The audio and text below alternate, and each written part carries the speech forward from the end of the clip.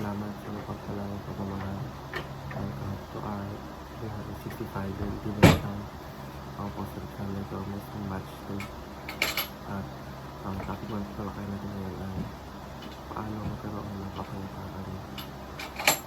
Ngayon po ating Bible verse ito ko sa Isaiah chapter 9 verse 6 to 7. At gusto po natin ang ating basic sa magandang salita ng Diyos. For to us a child is born, to us a son is given, and the government will be on his shoulder, and he will be called Wonderful Counselor, Mighty God, Everlasting Father, Prince of Peace. Of the greatness of his government and peace, there will be no end. He will reign on David's throne and over his kingdom.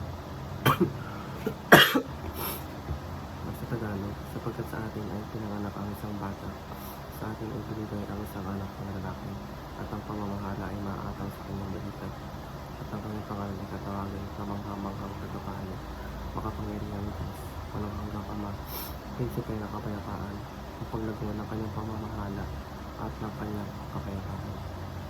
Teaching number 1, Jesus is a wonderful counselor. Ibig sabihin, si Jesus ay may perfectong karunungan na nagbibigay ng tamang patnumbay at direksyon sa mga tao. Tinuturuan tayo dito na si Jesus ay mga autoridad at pamamahal na nag-aakay sa atin sa matuwid na landas ng buhay. Teaching number 2, Jesus directs the future of the nations.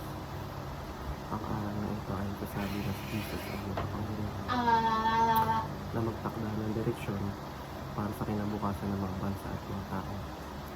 Teaching number 2, Jesus settles disputes for many people.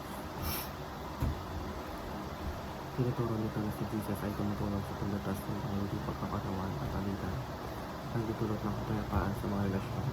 Ang kanyang pamamaraan ay bibigay ng pagkakasundo at pagkakaisa sa pagitan ng mga tao at mga grupo. Application number 1, pursue God's wisdom and live for your life. Ibig sabihin nito, dapat natin sundin ang mga aral ni Jesus at hanapin ang gabay ng Diyos sa pamamagitan ng pag-aaral ng salita at panalangin upang makita ang tamang direksyon sa ating mga desisyon at buhay. Application number 2, pray for God's peace to confirm His will.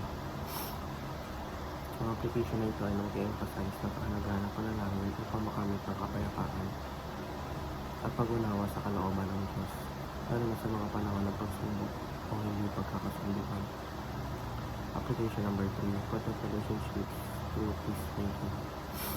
Pinapahiwatig nito na dapat